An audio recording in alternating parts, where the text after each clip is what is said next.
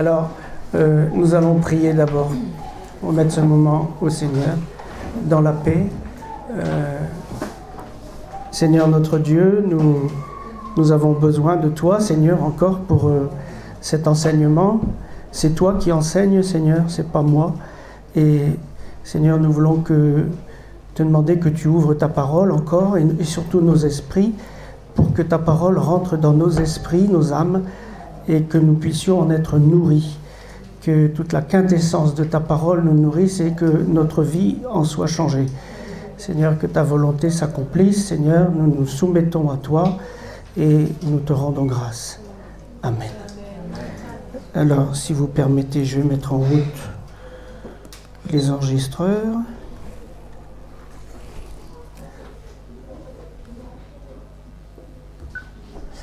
Voilà. Alors, donc nous allons faire la seconde partie de l'étude qui a été commencée hier soir sur le royaume de Dieu. Et c'est quoi ça? Et non, il y a des gens au-dessus là, je crois. Il y a quelqu'un qui fait des choses bizarres là. Bon. Et si vous voulez, je voulais vous commencer par vous dire que les traductions bibliques, comme toute traduction d'ailleurs, apportent un appauvrissement. Et ça se comprend, je vais vous dire une petite phrase qui n'est pas de moi, je ne sais plus qui l'a dit, peu importe, mais qui dit que une langue, c'est un filet qui est jeté sur la réalité. Et une autre langue, c'est un autre filet dont les mailles ne se correspondent pas. Voilà le problème. Alors en plus de ça, je vous dirais que la langue hébraïque est un filet en relief. Tandis que la langue française est un filet plat. Donc voilà le problème. Alors, d'abord, je voudrais dire que nous avons parlé de la parabole du fils prodigue, qui est en fait une réalité, nous l'avons vu hier, qui était concernée. Et vous voyez, le Seigneur a dit « Nul ne vient au Père que par moi ». Et dans la parabole du fils prodigue, il faut se souvenir d'une parole que Jérémie avait dite et qui reflétait la tristesse du Père. Et dans Jérémie, au chapitre 3 et au verset 17, on peut lire « Je disais, tu m'appelleras Père ». Et Dieu est triste parce que son peuple, à l'époque de Jérémie, ne n'appelait pas Dieu son Père. Il n'avait pas ce cœur à cœur. C'est pour ça qu'il faisait n'importe quoi. Et vous voyez que l'enfant prodigue qui est Éphraïm est parti vivre sa vie, etc. Et à un moment donné, il est tellement au fond du gouffre que là, il dit « J'irai vers mon Père » et il revient et c'est Yeshua qui va le ramener. Et c'est un cœur à cœur. Là, c'est un cœur à cœur. Mais n'allons pas mépriser le grand frère. Parce que le grand frère, je peux vous dire que le cœur à cœur est en train d'arriver. On en a des témoignages, on en a des choses. Si vous saviez comment notre ami Raïm est rempli d'amour pour les hommes et pour son Père qui est dans les cieux. Alors quelque chose est en train de se faire. Il n'y en a plus pour très longtemps pour que les deux frères soient réunis. Amen. Alors, on parle dans le livre des Éphésiens de murs de séparation. Dans Éphésiens 2, c'est un long passage, je ne vais pas tout lire, je vais prendre que des petits bouts, vous aurez les documents de toute façon. Entre le verset 11 et le verset 20, il dit « Vous étiez sans Messie, exclus du droit de cité en Israël, étrangers aux alliances de la promesse. » Je vous rappelle que Éphraïm a été rendu étranger. Et il dit au verset 13, « Maintenant en Yeshua Mashiach, vous qui autrefois étiez loin, vous êtes devenus proches par le sang de Yeshua. » La question du sang, on en a parlé, c'était la première étude que j'ai donnée. Et en effet, il continue, il est notre paix. lui qui des deux groupes n'en a fait qu'un, et qui a renversé le mur qui les séparait. Et ici, on voit que Paul parle d'un mur qui sépare Éphraïm et Manassé ensemble, bien sûr, et puis Juda. Et un petit peu plus loin, il dit « Par sa mort, il a rendu sans effet la loi avec ses commandements et leurs règles, afin de créer en lui-même un seul homme nouveau à partir des deux, établissant ainsi la paix. Il a voulu les réconcilier l'un et l'autre avec Dieu en les réunissant dans un seul corps. » Ça, c'est toute la prophétie d'Ézéchiel 37. Hein? Et puis, il ajoute « Il est venu annoncer la paix à vous qui étiez loin et à ceux qui étaient près. » Écoutez cette petite parole, parce que c'est comme ça que font les Juifs. Hein? Ils prennent tout d'un coup, tiens, il y a un mot ou une phrase, tiens, cette phrase, je l'ai déjà entendue quelque part dans le Tanakh. Alors, je cherche où elle est. Et quand j'ai trouvé, je dis, tiens, il y a une relation entre les deux. Et c'est comme ça qu'ils travaillent. Alors, vous qui étiez loin et à ceux qui étaient près. Eh bien, savez-vous qui a dit cette parole? C'est le prophète Daniel. C'est le prophète Daniel. Il dit, voilà, dans Daniel 9 au verset 7, « À toi, Seigneur, est la justice, et à nous la confusion de face. » Je vous rappelle que Daniel est de Juda, il est déporté à Babylone, et qu'il n'y a pas d'Éphraïmites. Les Éphraïmites, ils ont été dispersés. Donc, en ce jour, aux hommes de Juda et aux habitants de Jérusalem, et à tout Israël, à ceux qui sont près et à ceux qui sont loin, dans tous les pays où tu les as chassés à cause des infidélités dont ils se sont rendus coupables envers toi. Donc, vous voyez, cette parole, elle s'adresse effectivement à tous ceux qui sont dispersés. Ceux qui sont près, c'est Juda, ceux qui sont loin, c'est Éphraïm. Et ainsi, donc, Yeshua nous parle qu'il a abattu le mur qui est construit entre eux. Alors, vous savez, j'ai déjà entendu des enseignements donnés par des chrétiens, et ces chrétiens disent, ben oui, il y avait un mur autour du temple qui séparait les goïms et puis les juifs. Les goïms pouvaient arriver jusqu'à un certain niveau, et puis ensuite c'était fini, ça n'était plus que les juifs. Et ils disent, c'est ce mur-là. Oui, peut-être, mais je n'en suis pas sûr. Et je vais vous dire pourquoi. Parce que ce mur, si Dieu en parle là, d'ailleurs, quand Paul en parle, le mur, il n'est pas détruit. Ce document qui a été écrit, il a été écrit vers l'an 60. Donc, le mur, il n'est pas détruit, puisqu'il a été détruit en 70. D'accord? Donc, il ne pouvait pas parler de ce mur-là. Mais de quel mur il parle alors? D'un mur spirituel. D'un mur spirituel que Dieu a placé. Et on le retrouve dans le livre d'Osée encore. Regardez, Osée 2, versets 6 et 7. « C'est pourquoi, voici, je vais fermer, il parle d'Éphraïm, hein, je vais fermer son chemin avec des épines et élever un mur afin qu'elle ne trouve plus ses sentiers. Elle poursuivra ses amants et ne les atteindra pas. Elle les cherchera et ne les trouvera pas. Et puis elle dira, j'irai et je retournerai vers mon premier mari, car alors j'étais plus heureuse que maintenant. » Eh bien, vous voyez que c'est Dieu lui-même qui a mis ce mur pour empêcher Éphraïm de revenir. Et lorsque le mur tombe, parce que Paul le dit, ce mur spirituel tombe, eh bien, c'est le signal que la punition d'Éphraïm est terminée. C'est ça que ça veut dire. Ça veut dire maintenant, Éphraïm, tu peux revenir. Tu peux revenir.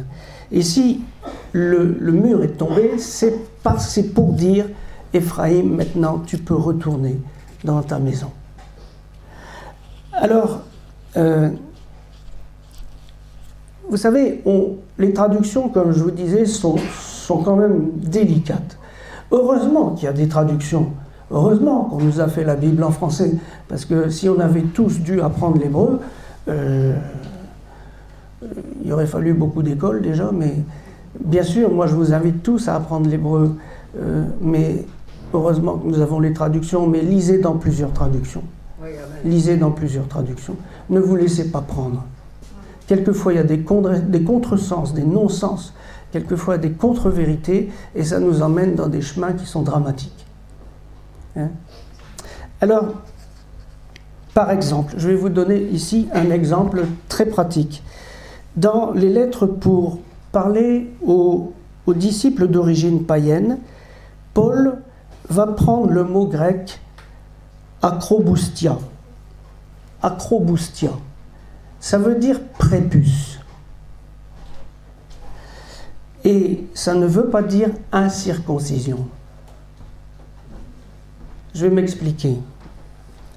Quand il parle des Juifs de naissance, les Juifs qui sont circoncis, il prend le mot péritomé, qui veut dire circoncision. D'accord? Donc ils ont été coupés. Et donc le mot grec pour incirconcision, pour dire incirconcis, ça serait apéritomé. D'accord? Or, il ne prend pas ce mot-là en grec. Il ne prend pas ce mot-là. Il prend akroboutia. C'est pas la même chose, ça veut dire prépuce. Ça veut dire ceux qui auraient dû être circoncis, mais qui ne le sont plus. Donc il parle d'Éphraïm. Vous voyez? Mais ça, il faut aller chercher dans les mots, parce qu'on ne le voit pas comme ça dans nos traductions.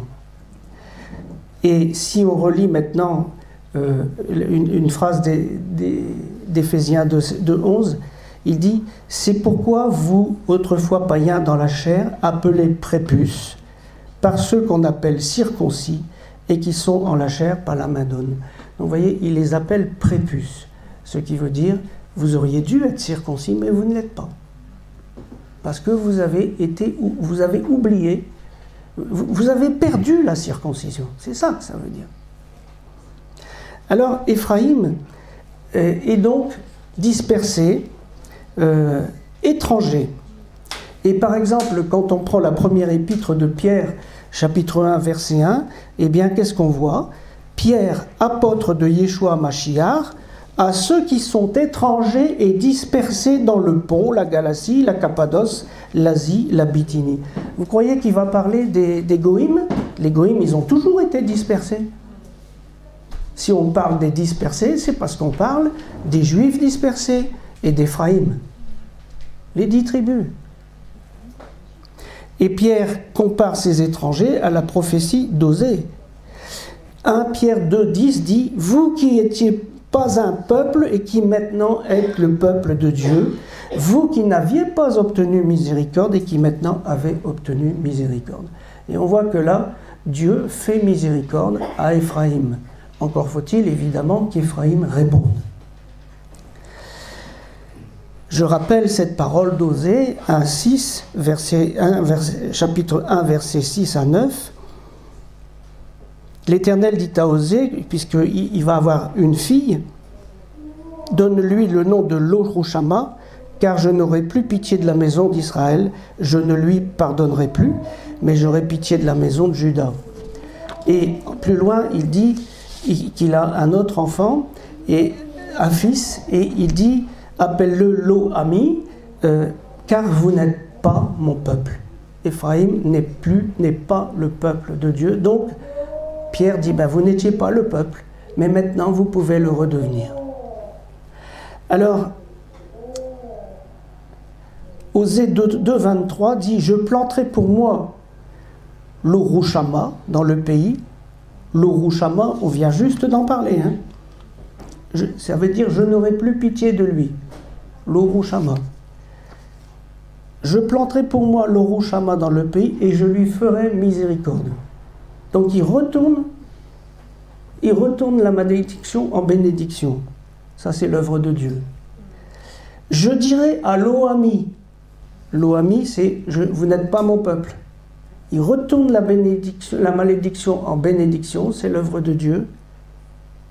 Je dirai à Lo-Ami, tu es mon peuple. Et il répondra, mon Dieu.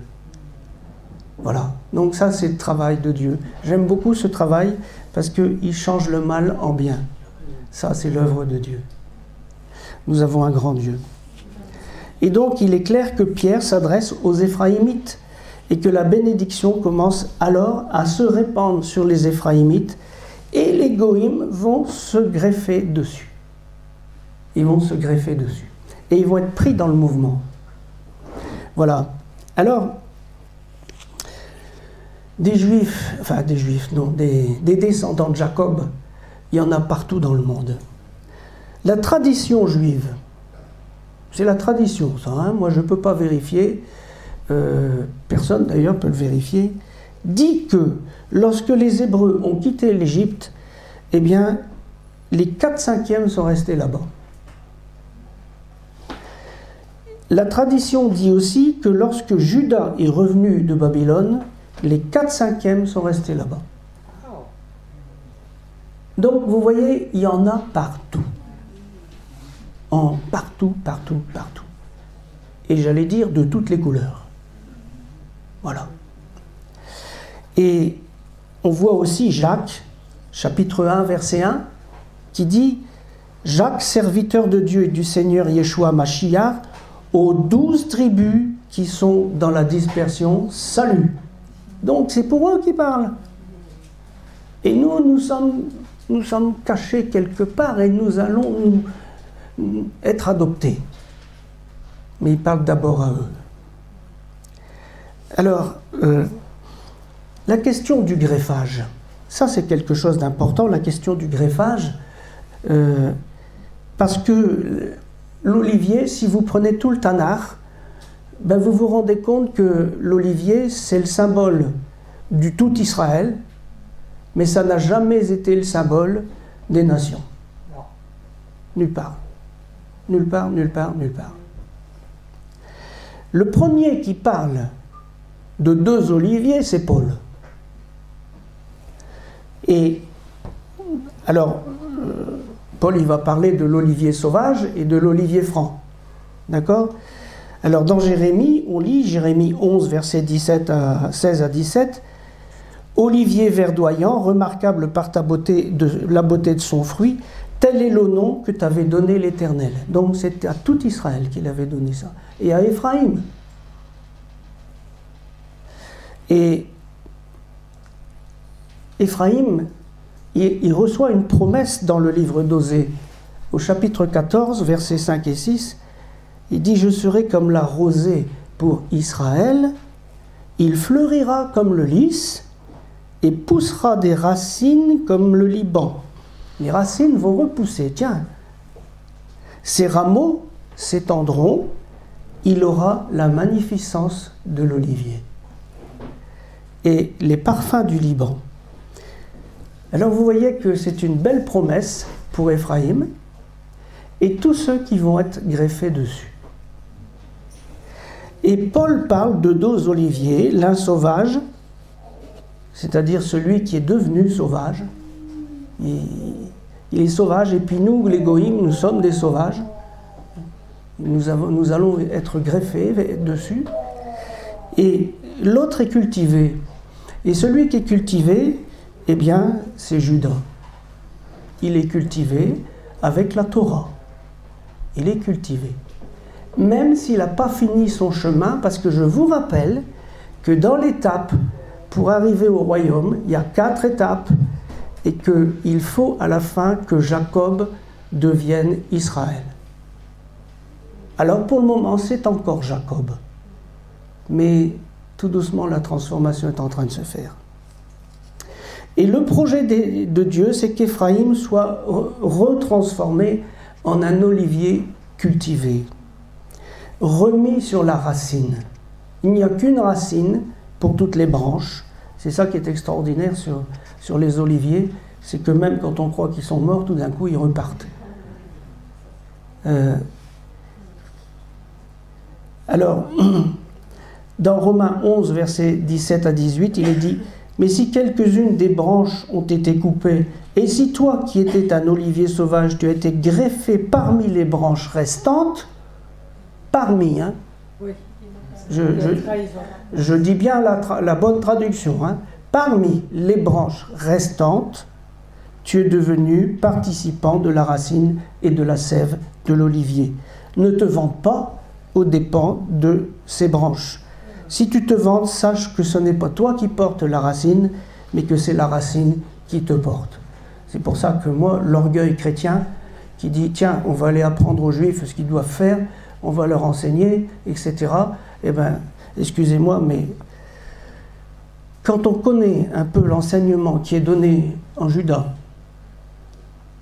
quand on reçoit ces enseignements, comment ils ouvrent la parole, ils font craquer la parole. C'est le mot. Hein. Ils n'ont pas de dogme. Ils font craquer la parole. Ils font sortir la sève. Mais quand vous avez reçu ces enseignements-là et que vous retournez dans les églises et que vous entendez les enseignements, c'est d'une telle platitude que vous n'avez plus envie. Je suis désolé de le dire.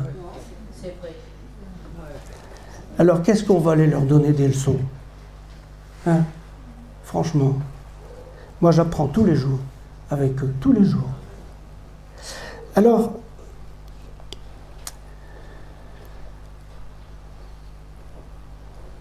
dans le Tanar, il y a 3 versets qui disent « Je bénirai ceux qui te béniront ». Vous vous rappelez? Et le terme « bénir », c'est « barar ». Barar en hébreu. Et barar, ça signifie bénir, mais ça signifie aussi s'agenouiller. Ça veut dire que, vous voyez par exemple, quand Jéthro a rejoint Moïse dans le désert, il a rejoint Moïse. Vous savez ce que Moïse a fait? Il s'est agenouillé devant Jéthro. Il s'est agenouillé. Moïse. Ah oui. Je bénirai ceux qui te béniront. Et ça voulait dire, je veux rentrer en communion avec toi. Vous savez, quand on se met à genoux, quand on prie Dieu, et qu'on se met à genoux devant lui, c'est pour s'humilier d'une part, et puis d'autre part pour entrer en communion avec lui. Et le bénir, c'est pas seulement je te bénis, et puis continue ta vie. Non, c'est je te bénis et je voudrais entrer en communion avec toi. Je voudrais apprendre à te connaître. Je voudrais apprendre à t'aimer. Je voudrais que tu m'apprennes des choses. Et la communion à ce moment-là est tellement belle que le Seigneur peut faire passer son esprit. Et avec son esprit, croyez-moi, Yeshua, la lumière, elle arrive. Il n'y a pas de problème avec ça. Alors, donc, le terme hébreu « venivrechu », c'est-à-dire que je bénirai ceux qui te béniront, je maudirai ceux qui te maudiront, et toutes les familles de la terre seront bénies en toi. Venivrechu, cette forme veut dire elles seront bénies. Elles seront aussi, toutes les familles de la terre seront agenouillées pour rentrer en communion. Mais c'est plus que ça, parce que quand on lit dans le Talmud, et on voit que le même mot dans le Talmud est traduit d'une autre manière, ça veut dire aussi entremêlé, greffé. Donc vous voyez que c'est beaucoup plus, parce que la communion, elle est tellement intime qu'elle devient comme entremêlée, greffée, et le vrai mot, c'est provigner. Provigner, c'est quoi? Eh bien, provigner, c'est bouturer. Nous devons être bouturés sur l'olivier cultivé. Et le gentil, enfin les goïms qui acceptent le salut en Yeshua Mashiach doivent être bouturés profiniez sur la racine d'Israël. Sinon, c'est un gros problème. Et à ce moment-là, sinon, ça fait quoi? Ben, ça fait des volatiles, ça fait des branches qui volent toutes seules. Hein, on croit que c'est un olivier, mais c'est une branche, elle est branchée sur rien du tout.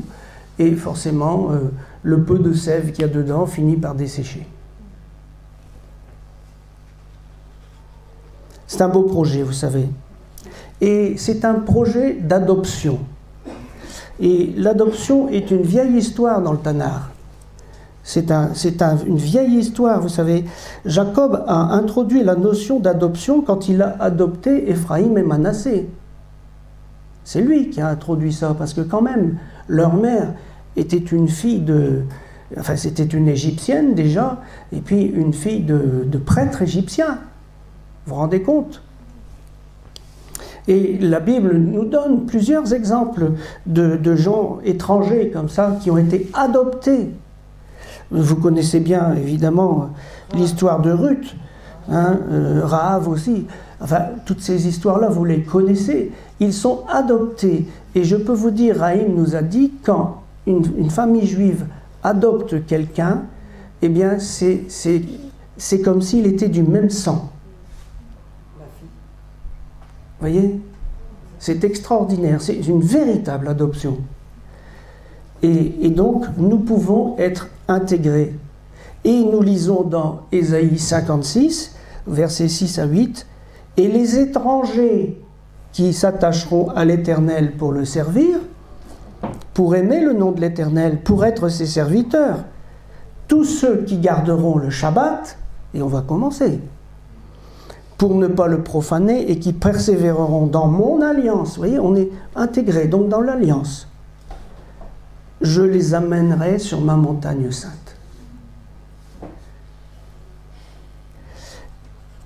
Et je réjouirai dans la maison de prière.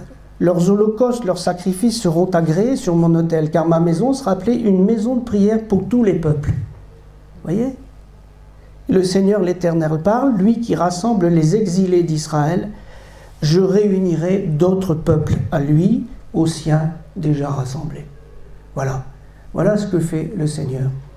Et c'est une grande, grande, grande bénédiction. Alors, je ne vais pas vous parler du Shabbat, ce serait un cours en lui-même, hein, mais je peux vous dire que depuis que Véronique et moi faisons le Shabbat, à chaque fois que nous avons des questions que nous nous posons sur la parole de Dieu, etc., c'est au Shabbat que le Seigneur nous répond. Comme si on avait une double part du Saint-Esprit ce jour-là. Hein. Et le Seigneur fait ces choses-là. Et il a fait des bénédictions depuis qu'on a commencé à faire Shabbat. Alors moi, je n'impose rien à personne, vous savez, faites ce que vous voulez. Mais on a trouvé là une clé. Alors je le dis.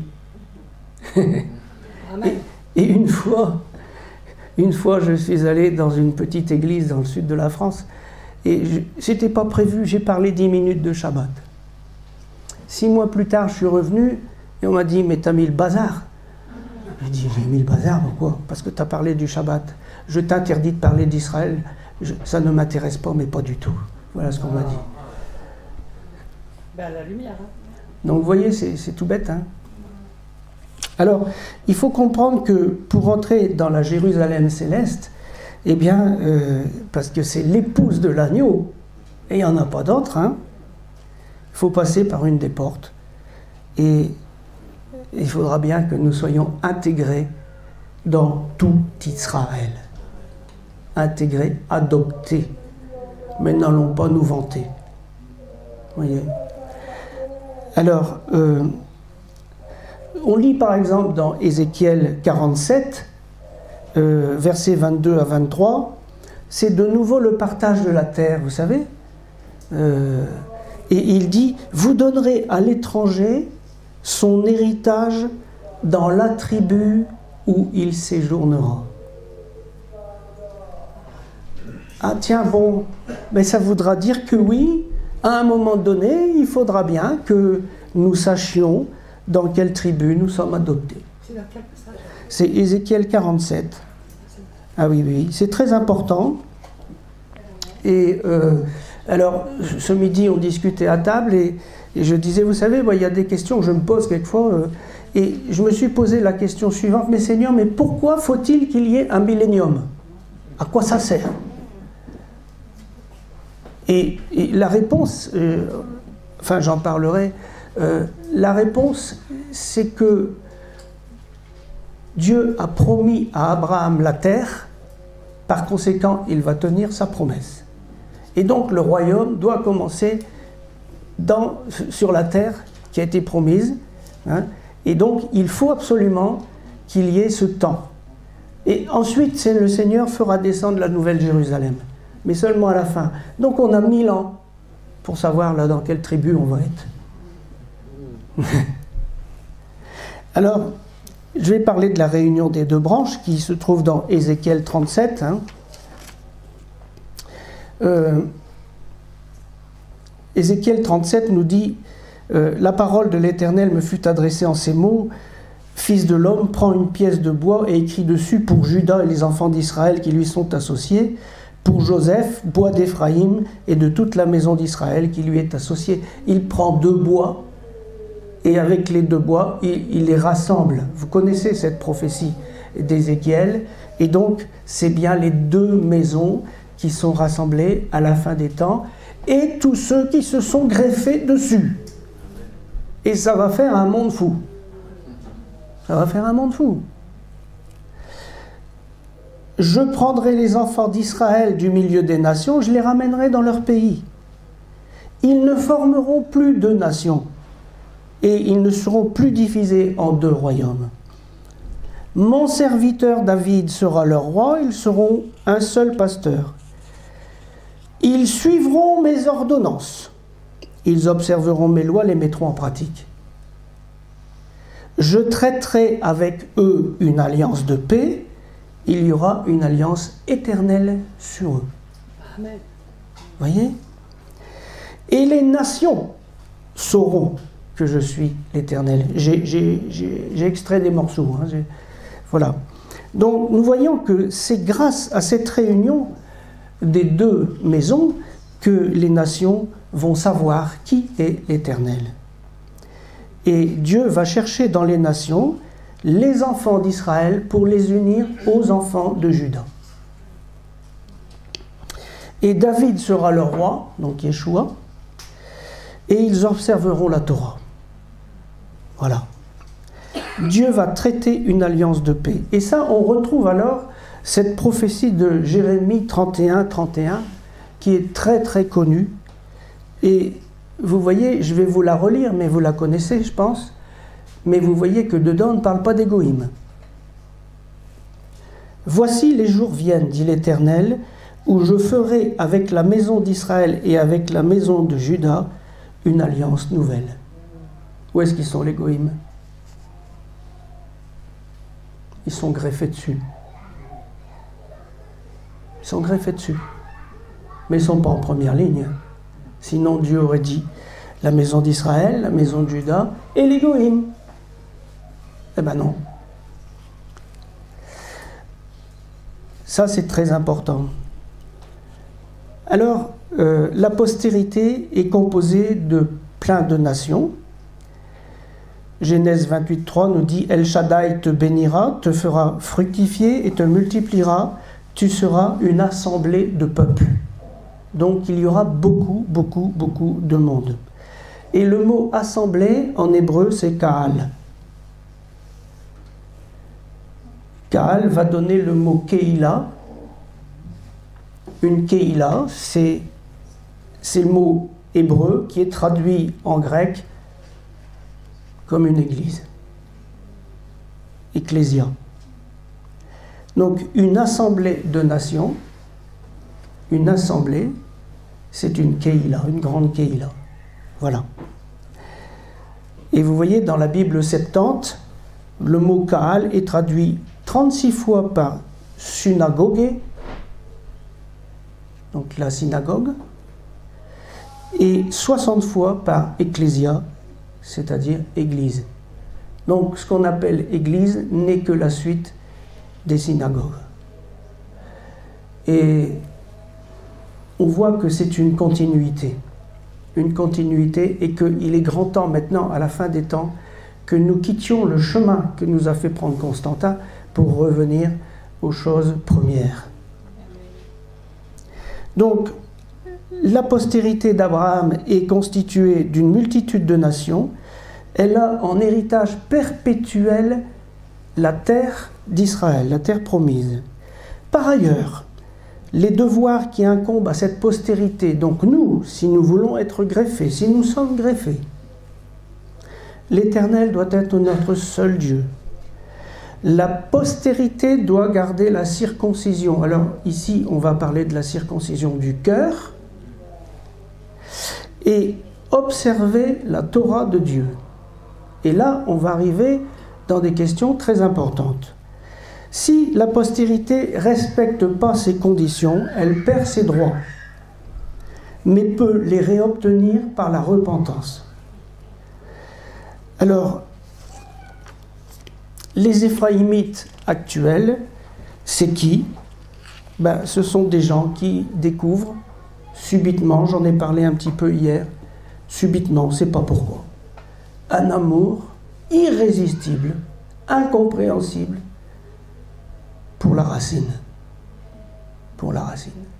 Ce besoin, moi, je pense que, ça fait des années maintenant, mais je pense que si quelqu'un avait essayé de m'empêcher de retourner à la racine, je faisais demi-tour et je le quittais.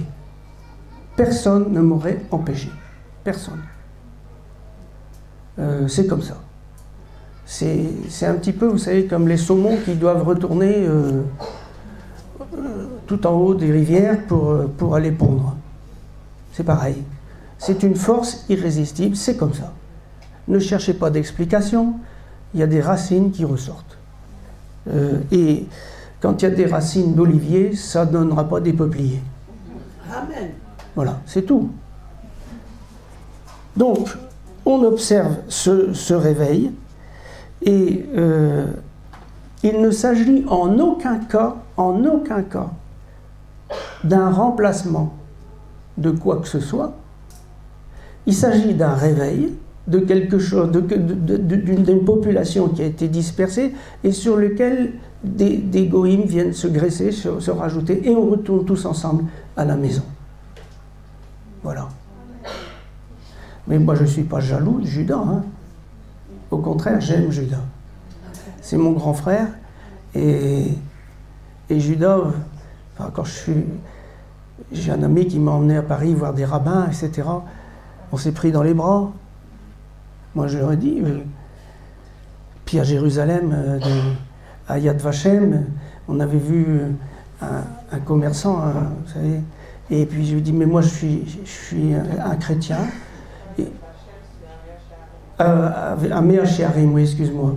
Et je lui ai dit, mais moi, j'aime tous les juifs. Et il m'a répondu, nous aimons tous les hommes droits. Voilà. La droiture. Alors, je vais vous parler d'une question très importante maintenant, cette fameuse question de la loi. Très importante.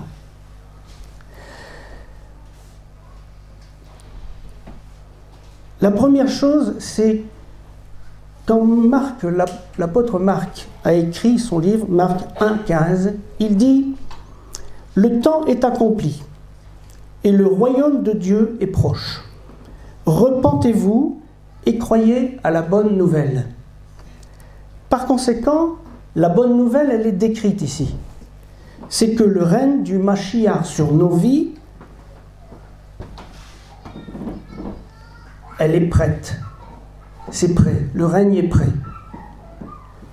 C'est ça la bonne nouvelle. Mais une question se pose.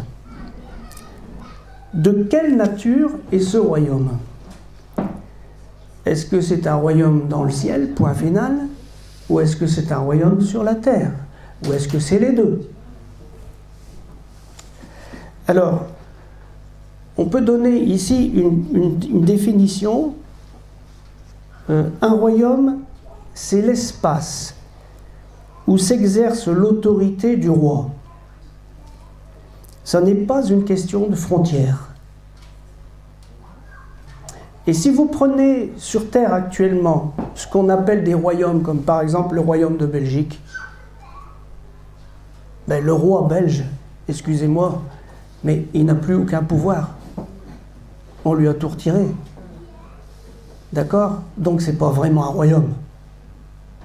Un royaume, un vrai royaume, le roi a tous les pouvoirs. Voilà. Et cette autorité du roi, elle s'exerce par la loi du roi. Je m'excuse de vous dire ça, mais un royaume sans loi, ça n'est pas un royaume. C'est pas possible. Vous n'avez qu'à imaginer simplement un roi qui n'a pas de loi. Mais ça va être le bazar. D'accord? Eh bien, qu'est-ce qui s'est passé dans l'Église? On a dit, on n'est plus sous la loi. Ah bon? Eh bien, c'est le bazar. C'est le bazar. Et donc, il faut absolument qu'il y ait une loi. Je vais vous lire un passage qui est traduit par Chouraki dans Matthieu 19, versets 16 à 22. Je ne vais pas tout lire parce que c'est un peu long. C'est un homme qui s'approche de Yeshua et qui dit « Rabbi, que ferais-je de bon pour avoir la vie en pérennité ?» Il lui dit « Pourquoi me questionnes-tu sur le bon? Unique est le bon. Mais si tu veux entrer dans la vie, garde les mitzvot. » Bon. Il lui dit « Lesquels ?» Yeshua répondit « Les n'assassine pas, n'adultère pas, ne vole pas, ne réponds pas en témoin de mensonge, glorifie ton père et ta mère, aime ton compagnon comme toi-même, etc. » Vous vous souvenez de ce passage? Il y a un serviteur de Dieu qui a dit cette parole suivante. La loi sans Yeshua, c'est du légalisme. Et Yeshua sans la loi, c'est du mysticisme. Donc, si nous voulons entrer dans le royaume, il faut entrer dans la vie. Ce n'est pas moi qui le dis. Regardez, je vais vous lire deux passages qui se ressemblent comme deux gouttes d'eau. Marc 9, 47. Si ton œil est pour toi une occasion de chute, arrache-le. Mieux vaut pour toi entrer dans le royaume de Dieu n'ayant qu'un œil. Et Matthieu dit la même chose. Matthieu 18, 9. Si ton œil est pour toi une occasion de chute, arrache-le et jette-le loin de toi. Mieux vaut pour toi entrer dans la vie n'ayant qu'un œil. Donc vous voyez, quand vous comparez ces deux versets, que entrer dans le royaume, c'est entrer dans la vie. C'est la même chose. Alors, comment entrer dans le royaume? Comment entrer dans le royaume? Je vais prendre un exemple simple pour vous faire comprendre. Imaginez un étranger qui arrive en France. Il a pris le bateau, je ne sais pas quoi, il arrive en France et il demande des papiers. C'est classique. D'accord? Alors il fait des démarches. Ça prend un certain temps. On étudie son cas, etc. Ça dure des mois, des mois, des mois. Et puis un jour, on lui dit, ben voilà, tu as maintenant la nationalité française. D'accord?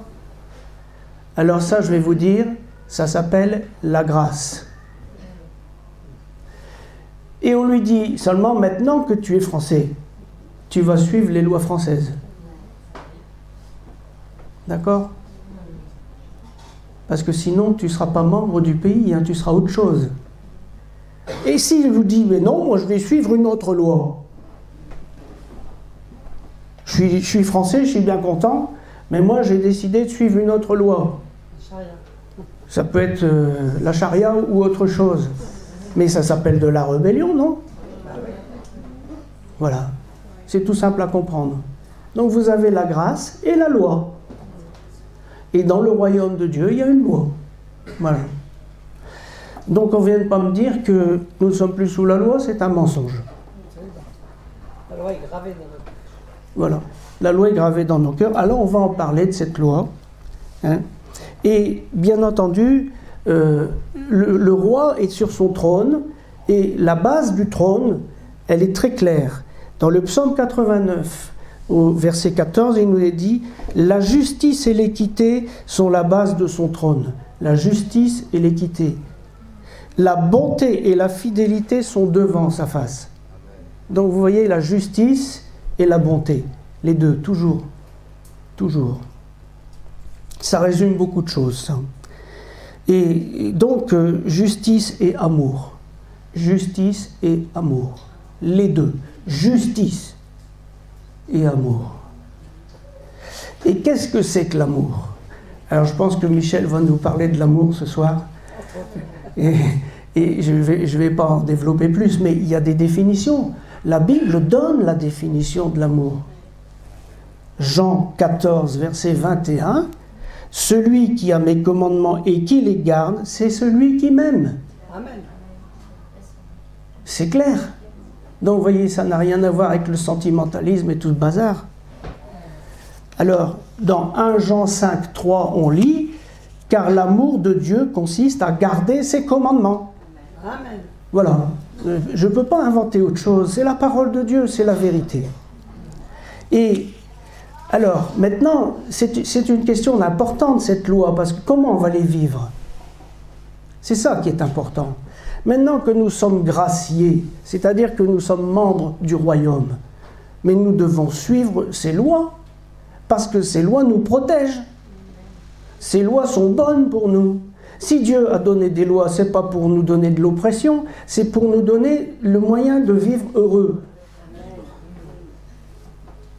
Et le fait de pratiquer des lois, par exemple, sans amour, sans l'aide du Saint-Esprit, ça relève de l'esclavage. Et ça ne peut avoir que des effets néfastes. Et à ce moment-là, c'est une soumission pesante qui ne peut épanouir personne. Moi, j'aime pas qu'on m'impose des choses. J'aime pas, j'ai horreur de ça. Je me débat, je suis... Voilà. Hein? Mais regardez la pratique de l'islam. Si ce n'est pas la soumission, on impose des lois, des règles, etc. Mais comment voulez-vous être heureux avec ça? Alors, il y a de multiples formes de légalisme. On ne peut pas entrer dans le royaume avec le légalisme. Ce n'est pas possible parce que l'amour n'y est pas. L'amour n'y est pas. De même, on ne rentrera pas non plus dans le royaume, on ne vivra pas le royaume avec l'humanisme. Et beaucoup de chrétiens sont devenus humanistes. Qu'est-ce que c'est l'humanisme? J'ai été voir la définition dans Wikipédia. J'ai été voir un petit peu, je me suis dit, mais c'est quoi la définition? Alors, les notions de liberté ou de libre arbitre, de tolérance, d'indépendance ou d'ouverture ou de curiosité sont indissociables de la théorie humaniste classique. Une vaste catégorie de philosophie portant sur l'éthique affirme la dignité et la valeur de tous les individus, fondée sur la capacité de déterminer le bien et le mal. Voilà l'humanisme. C'est-à-dire qu'on est capable soi-même de déterminer ce qui est bien et ce qui est mal. C'est ça l'humanisme. Ben, si ce n'est pas l'art de la connaissance, c'est quoi? Exactement. Donc pas moyen de rentrer avec l'humanisme dans le royaume. Et impossible d'entrer dans le royaume par l'humanisme. Pourquoi? Parce que la pensée de Dieu n'y est pas, parce que la Torah n'y est pas. La Torah n'y est pas. Et la Torah de Yeshua, elle est très exigeante. Parce que Yeshua nous a dit dans Matthieu 5, 20, « Je vous le dis, si votre justice ne surpasse pas celle des scribes et des pharisiens, vous n'entrerez pas dans le royaume des cieux. » Pouf!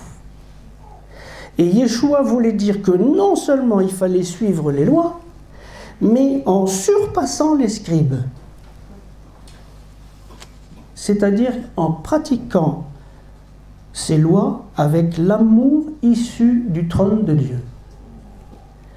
Il est impensable d'imaginer que la pratique de la Torah devienne de l'esclavage. C'est impensable. Parce que le Seigneur a fait sortir les Hébreux de l'esclavage. Ce n'est pas pour les remettre sous l'esclavage. Donc c'est en toute liberté que nous devons pratiquer la Torah. Et d'ailleurs, le mot loi utilisé dans nos Bibles, parce qu'on ne dit pas le mot Torah, on dit le mot loi dans la traduction française, mais ça a une connotation mauvaise. Et le mot Torah veut dire direction, instruction. C'est comme une flèche qui nous donne le sens pour nous aller. Parce que c'est bon. Parce que c'est bon. Et plus on étudie la Torah, plus on voit l'intelligence de Dieu dans sa loi. L'intelligence de Dieu dans sa loi. Mais on se dit, mais Seigneur, pourquoi tu as dit de faire ça? Et quand on creuse, on dit, mais c'est vrai. Le Seigneur a donné ça parce que ceci, parce que cela, parce que cela. Et on découvre que c'est bon pour nous. La loi a été donnée par Moïse, la grâce et la vérité sont venues par Yeshua Mashiach. La grâce, c'est celui qui nous fait rentrer dans le royaume. La loi a été donnée par Moshe. Et Yeshua est venu expliquer cette loi. Et ça, j'aime beaucoup. Vous connaîtrez la vérité vous affranchira.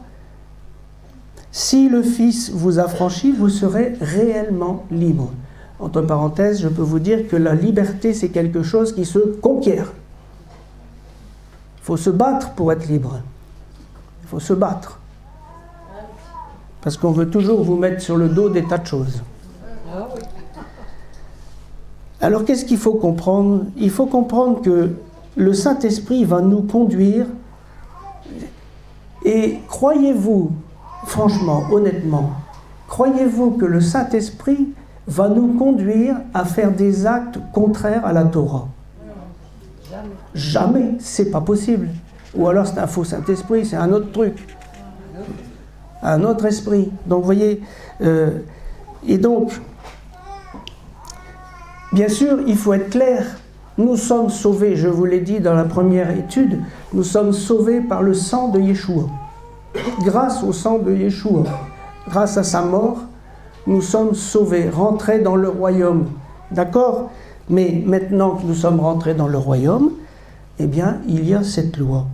Et ce n'est donc pas la loi qui sauve, mais c'est le sacrifice de Yeshua.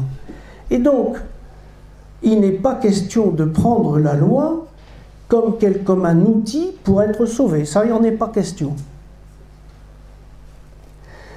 La Torah est là pour nous aider à vivre dans le royaume, à nous sanctifier. Il y a deux façons de suivre la Torah. Il y a la façon légaliste et sans amour, et puis il y a la façon préconisée par Yeshua et Paul, avec l'aide et la douceur du Saint-Esprit. De façon à ne pas être légaliste. C'est pourquoi Paul nous dit, si nous marchons par l'Esprit, la Torah n'est plus pesante pour nous. Et donc, moi j'aime beaucoup ce terme nomos, qui veut dire loi en grec. Nomos. J'ai été chercher la définition du mot nomos. Et ça veut dire règle produisant un état approuvé par Dieu. Et ce terme vient du mot nemo, qui signifie partager. Vous voyez, la loi nous conduit à partager. Il y a un esprit derrière, vous savez, il y a un état d'esprit. Alors, étant mort et ressuscité avec lui, vous voyez, ça aussi c'est extraordinaire, c'est que le Seigneur est mort à cause de nos péchés. Nous avons été infidèles, Éphraïm a été infidèle, etc. Il est mort. Il est mort par suite de l'accomplissement brut de la loi. Il est allé au bout de la loi, il est mort. On l'a condamné à mort. Mais maintenant qu'il est ressuscité, la loi ne peut plus le condamner. C'est fini. La loi ne peut plus condamner. Qu'est-ce que vous voulez que la loi me fasse? Donc, nous sommes morts et ressuscités avec lui, la loi ne peut plus nous condamner. Mais la loi est bonne. La loi est bonne. Alors, bien entendu, il y a cette alliance où Dieu dit « Je mettrai mes lois dans leur esprit ». C'est lui qui fait. C'est lui, parce qu'il sait que, humainement parlant, certaines lois sont très difficiles à suivre. Et regardez comment il fait, c'est pas compliqué. C'est tout le discours du sermon sur la montagne. Dans Matthieu 5, versets 27 à 28, il dit, vous avez appris, il a été dit, tu ne commettras point d'adultère. Ça, c'est la Torah donnée à Moïse. Mais moi, je vous dis, tout le monde connaît ça. Quiconque regarde une femme, etc., etc. Vous connaissez ça. C'est quoi? Ben, c'est une explication. Voilà, Jésus, Yeshua, fait une explication de texte. Il dit, voilà comment vous devez suivre cette loi. Il ne la supprime pas. Il dit, voilà comment vous devez vivre. Oh, mais alors c'est beaucoup pire que ce que je pensais. Eh ben oui, c'est bien pire que ce que je pensais. Et puis il continue, hein. Vous avez appris qu'il a été dit, tu aimeras ton prochain comme toi et tu haïras ton ennemi. Entre parenthèses, si vous cherchez à savoir où est-ce qui est marqué tu haïras ton ennemi dans le Tanakh, eh bien vous ne trouverez pas. Et vous savez où est-ce que c'est écrit ça? Non, c'est pas dans le Talmud. C'est dans les règles de Qumran. Ouais, c'est dans les règles de Qumran, donc qui avait eu une certaine diffusion. Et dans certains cas, il y avait dans cette règle de haïr ses ennemis. Et donc il dit, vous avez appris que tu haïras ton ennemi, eh bien moi je vous dis non. Donc là, il prend opposition à certaines règles de Qumran. Mais moi je vous dis, aimez vos ennemis, bénissez ceux qui vous maudissent, etc. Donc il élargit cette loi, il explique la loi. Portez les fardeaux les uns les autres et vous accomplirez ainsi la Torah du Messie, la Torah de Yeshua. 1 Corinthiens 7, 19 nous dit « La circoncision n'est rien et le prépuce n'est rien, mais l'observation des commandements de Dieu est tout. » Alors, pour vous montrer qu'il y a vraiment une relation avec la Torah de Dieu, il y a des petits trucs comme ça dans la Bible qui sont extraordinaires. Quand Yeshua fait distribuer de la nourriture à 5000 personnes, il y avait 5 pains et 2 poissons. Eh bien, 5 pains, ça représente les 5 livres de la Torah. Et les 2 poissons, c'est Ephraïm et Manassé. Et lorsque Yeshua a été ressuscité, il préparait du feu sur la rive. Et puis, Pierre ramène des poissons, une pêche miraculeuse, 153 grands poissons. Vous croyez que c'est donné au hasard, ça? Mais pas du tout. Parce que si vous preniez les 4 premiers livres de la Torah, parce que le 5e est le résumé des 4 premiers, eh bien, il y a 153 chapitres. Et même à cette époque-là, il n'y avait pas de chapitre. Donc c'était prophétique. Vous vous rendez compte? Parce que la Bible, au départ, il faut le savoir, ce sont des lettres qui se suivent, sans espace et sans voyelle. Allez lire ça. Alors, quand nous étudions cette Torah, nous nous rendons compte qu'elle est donnée pour un bien. Et je vous avoue que c'est très dommage que les chrétiens n'aient pas compris que les Juifs pouvaient les aider à comprendre la Torah. Et ça, je pense que d'ailleurs, c'est un stratagème du Seigneur. Il va falloir se rapprocher du grand frère pour qu'il nous explique le sens de la Torah. Eh oui, et c'est que ce que nous faisons, Véronique et moi, et je vous assure que nous sommes en admiration devant l'amour qu'ils ont. L'amour. Et vous rappelez, hein, on est proche de la fin. À quoi on va reconnaître les disciples? C'est à l'amour. Hein. Eh bien, moi, j'en connais, je vous assure, les chrétiens prendraient bien des leçons d'amour. Alors, on ne peut pas séparer les Juifs de la Torah. On ne peut pas non plus séparer les chrétiens de Yeshua. Il va bien falloir faire quelque chose. Et là intervient le ministère du Saint-Esprit. Quand on s'exprime au sujet du Saint-Esprit, il est fréquent de parler des dons spirituels. Ce n'est pas de ça dont je vais parler. Ce n'est pas l'objet de cette étude. Je vais vous parler, moi, d'un escalier. D'un escalier qui monte au royaume. Je ne sais pas, j'ai découvert que le royaume était à l'étage. Alors c'est un escalier.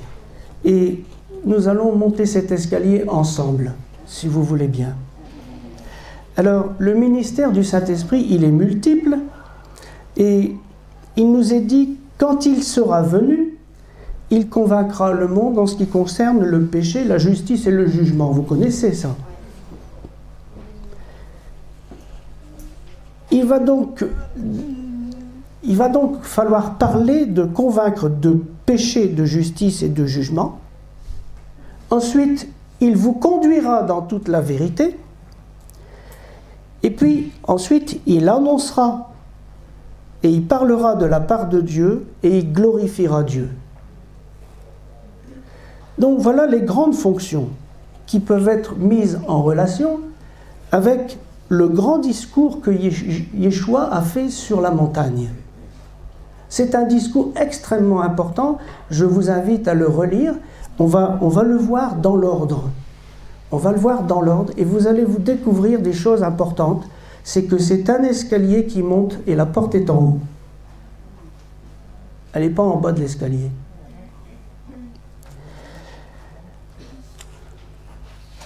Alors,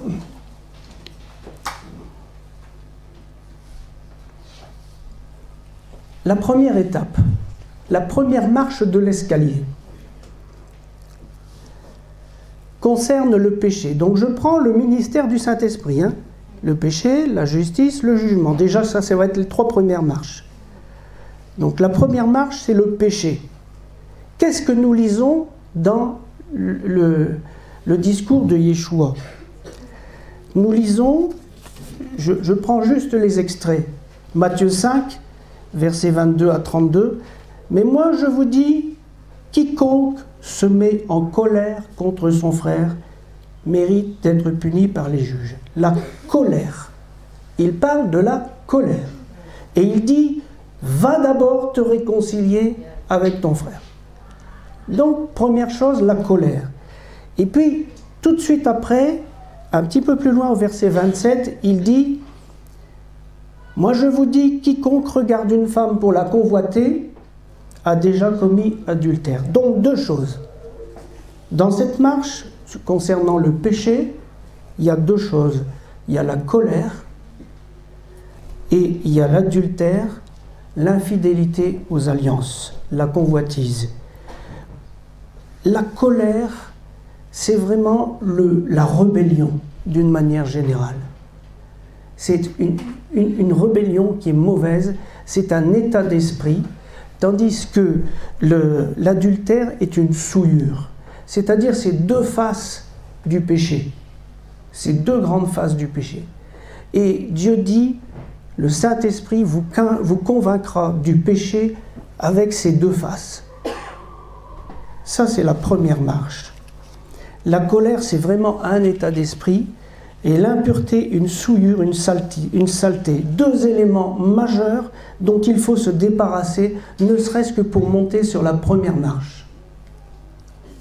Je vous rappelle que dans Ésaïe 35, au verset 8, il est dit « Il y aura un chemin frayé, une route qu'on appellera la voie sainte, nul impur n'y passera. » Vous voyez, toute impureté. Vous voyez les obstacles. Hein? Donc on n'est pas encore à la porte. Elle sera pour eux seuls. Si donc quelqu'un se conserve pur en s'abstenant de ces choses, il sera un vase d'honneur. Heureux ceux qui ont le cœur pur, car ils verront Dieu. Voilà la promesse. La deuxième étape, je fais un résumé, hein.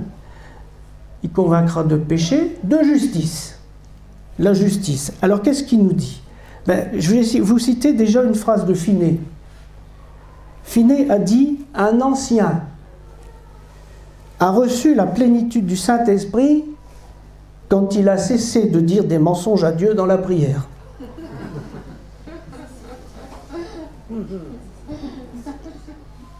Ben oui. Alors qu'est-ce que nous dit Yeshua? Il nous parle de la vérité.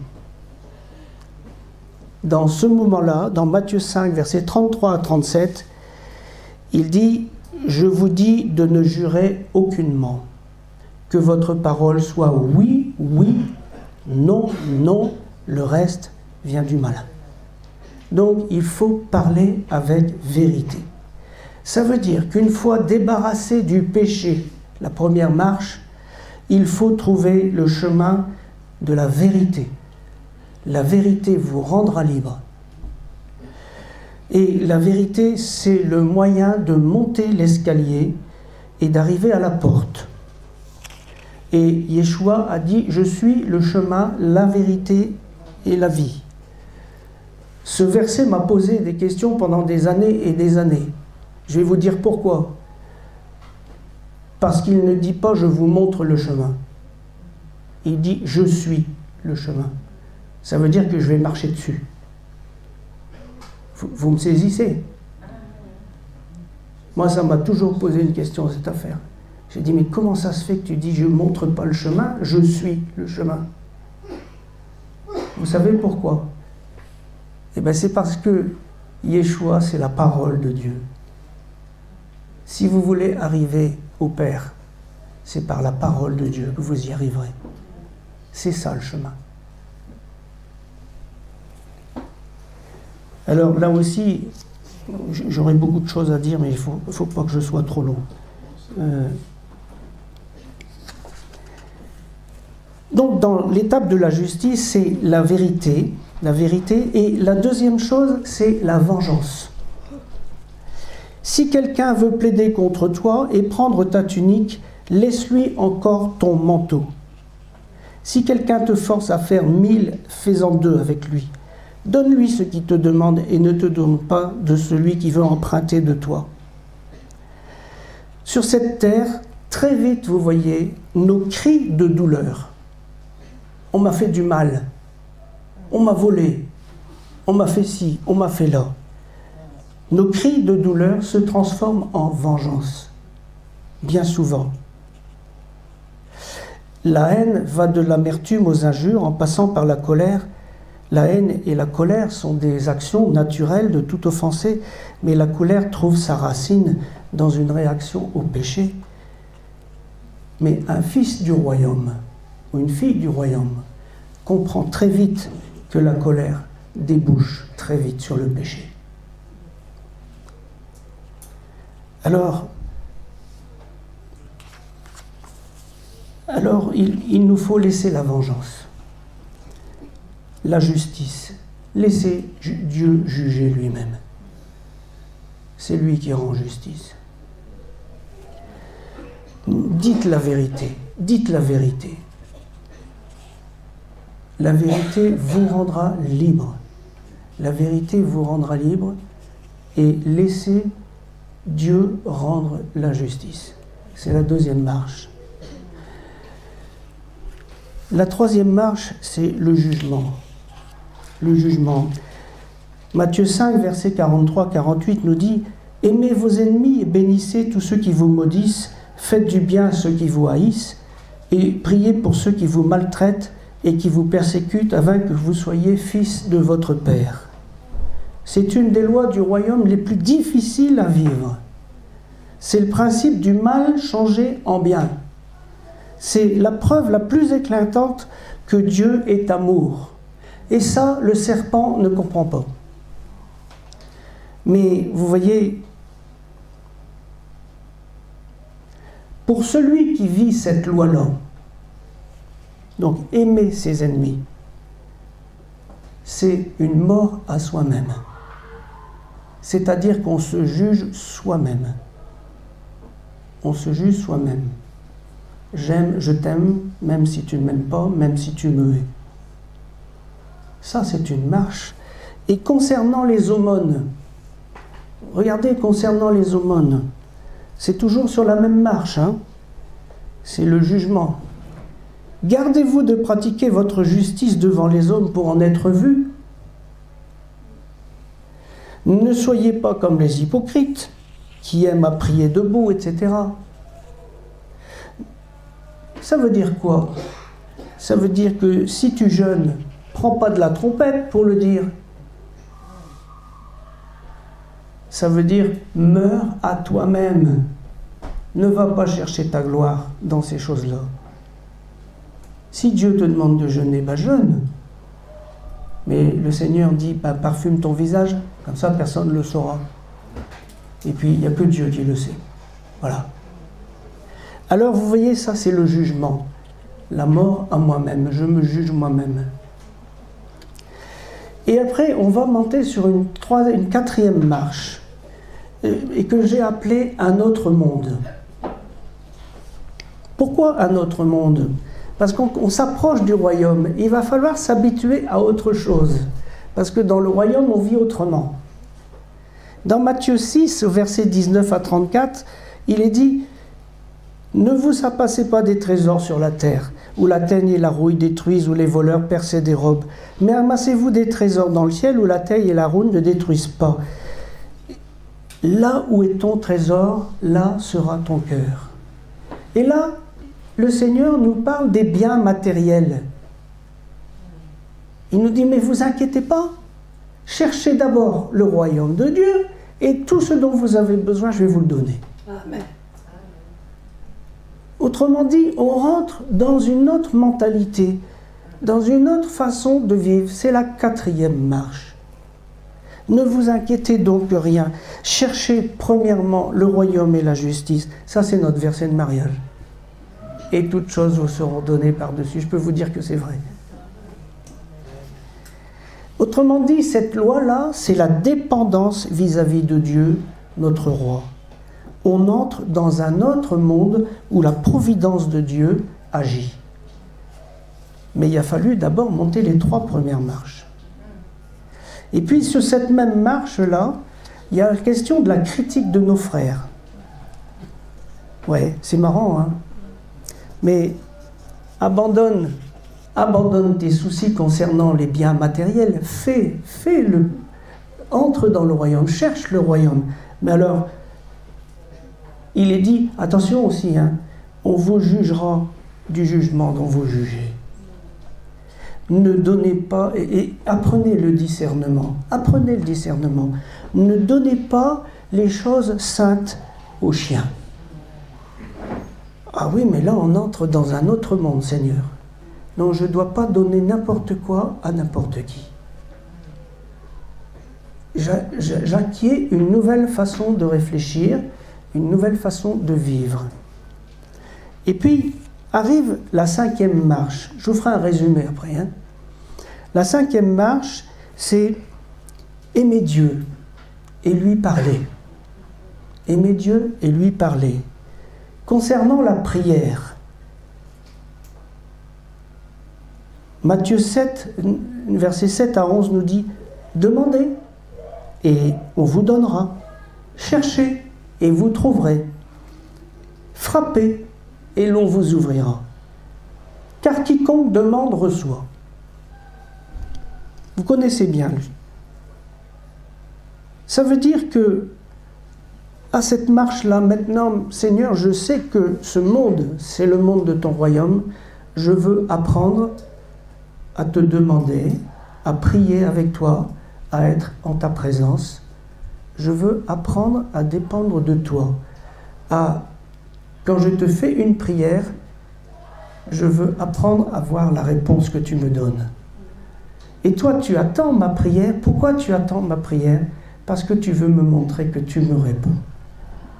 Et tu veux me montrer ta main. Ça, c'est beau. Si vous ne demandez rien à Dieu, comment voulez-vous qu'il réponde? il va peut-être vous le donner, mais vous ne saurez pas que c'est lui. Tandis que si vous le demandez, il va vous répondre. Et c'est tellement beau ça. Et on apprend de plus en plus, plus on monte, plus on rentre dans l'intimité de Dieu. Et quand on arrive à la 6e étape, c'est la règle d'or. La règle d'or, Matthieu 7, 12. Tout ce que vous voulez que les hommes fassent pour vous, faites-le de même pour eux, car c'est la loi et les prophètes. Ça recouvre tout, ce sont les têtes de chapitre de tout le Tanakh. La loi et les prophètes et la Torah. Et il y a un psychologue qui est parlé à la télévision, j'ai noté la phrase qu'il a dite parce que j'ai trouvé que c'était beau. Il s'appelle David Lefrançois et il a dit « Pour savoir construire un amour commun, il faut détruire les amours propres. » C'est beau. Maintenant, il faut le faire. Et on arrive à la 7e marche. Et la 7e marche, c'est pas moi qui l'ai inventée. Vous savez que quand j'ai décortiqué ce message du Seigneur, j'ai dit mais pourquoi tu as mis la porte tout en haut? Matthieu 7, versets 13 et 14. Entrez, allez, entrez par la porte étroite, car large est la porte, spacieux le chemin qui mène à la perdition. Il y en a beaucoup qui entrent par là, mais étroite est la porte et resserré le chemin qui mène à la vie. Et il y en a peu qui la trouvent. La porte, elle est sur la 7e marche, tout en haut, tout en haut. Alors, il faut se rappeler que l'expression « entrer dans le royaume », c'est la même que « entrer dans la vie ». Ce sont des synonymes. Et l'escalier du royaume, ça n'est pas encore le royaume. C'est la préparation du royaume. Nous apprenons. Et quand le Seigneur nous dit, lorsque 2 ou 3 sont assemblés, je suis au milieu d'eux, à condition évidemment qu'ils ne se disputent pas, hein, mais quand 2 ou 3 sont assemblés dans l'amour au nom de Yeshua, on peut faire apparaître des signes du royaume. Bien sûr, il y aura des guérisons, il y aura des choses comme ça, les signes du royaume. Mais le royaume lui-même, il arrive. Que ton règne vienne. Que ta volonté soit faite sur la terre comme au ciel. Alors, je rappelle, d'abord, je voudrais vous dire que l'Église n'est pas le royaume. Amen. Loin de là, ça se saurait. Hein? Et que le chemin pour y entrer, il est difficile et étroit. Je ne vais pas vous dire le contraire. Je rappelle les 7 marches qu'on vient de voir. La première marche concerne le péché. Concernant notre nature de pécheur, il faut nous repentir, respecter la vie d'autrui, se réconcilier avec les autres sous peine du juge. Deuxième marche, la justice. Il n'y a pas de justice sans vérité. Il faut parler et vivre dans la vérité. Tenir ses engagements. Pas de propre justice. Le 3e marche, le jugement. Ne rien faire pour sa propre gloire. Ne pas chercher sa gloire. Ne rien faire pour l'apparence. Ne rien faire par intérêt. C'est pas comme ça qu'on rentre dans le royaume. Il faut arrêter le cycle de l'iniquité, des jalousies, de tous ces trucs-là, d'essayer d'avoir un titre. Mais à quoi ça sert un titre? Vous croyez qu'avec un titre, on va rentrer dans le royaume? C'est d'un ridicule tout ça. Et puis, quand on a franchi ces marques, on arrive dans un autre monde. On commence à prendre la mentalité d'un autre monde. Concernant les biens terrestres, le Seigneur pourvoit à nos biens. On commence à voir sa main. Il pourvoit. Cherchez d'abord le royaume de Dieu et tout le reste sera donné par-dessus. Notre façon de juger dans ce monde nous sera appliquée. Et puis, 5e marche, il faut rentrer dans l'intimité du Père. parlez avec lui. Dites-lui ce que vous avez envie de lui dire. Demandez-lui ce dont vous avez besoin. Il vous répondra et vous verrez sa main et vous vous réjouirez. Et puis la règle d'or. Faites aux autres ce que vous voudrez qu'ils vous fassent. Et voyez que la porte étroite est au-dessus de tout ça. Elle est au-dessus de tout ça. Alors vous rencontrerez ici et là des gens qui vont essayer de sauter la première marche. Pouf, arriver directement sur la deuxième, voire même la quatrième tout de suite. Il y en a qui savent faire des grands pas, vous savez. Mais, et puis c'est un escalier qui est quelquefois glissant aussi, je dois dire. Il m'arrive de retomber à la première. Et puis on recommence. Ben, c'est pas évident. On apprend. Mais à chaque fois, on s'enrichit et on mûrit. Il faut mûrir avec le Seigneur. Et puis, je voudrais terminer en vous disant la chose suivante. C'est qu'à la fin de tout ce discours-là, une fois qu'il a dit, voilà, la porte, elle est là, qu'est-ce qu'il dit? Matthieu 7, versets 15 à 17, « Gardez-vous des faux prophètes. Vous les reconnaîtrez à leurs fruits. » Alors, nous, on est en train de monter l'escalier, là, avec beaucoup de patience, d'amour, on s'y applique, on monte l'escalier, et il nous dit, oui, mais attention, gardez-vous des faux prophètes. C'est-à-dire que sur cet escalier-là, il y a des gens qui montent et qui descendent, qui font des zigzags, etc. C'est des faux prophètes. Faites attention. Et puis, le Seigneur termine en disant, Matthieu 7, 21, c'est là qu'il le dit, il faut remettre les choses à leur place. Ceux qui me disent, Seigneur, Seigneur, n'entreront pas tous dans le royaume. Ils n'arriveront pas tous en haut des 7 marches. Mais celui-là seul qui fait la volonté de mon Père qui est dans les cieux. Que le Seigneur vous bénisse. Amen.